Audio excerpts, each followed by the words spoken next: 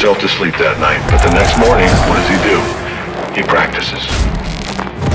And he practices and he practices with one goal in mind. Never to be laughed at again.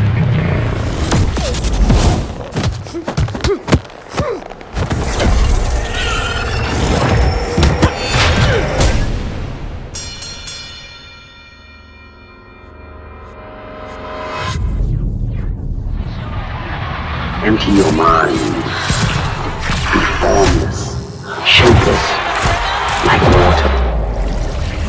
Now water can flow, or it can crash. Be water, my friend.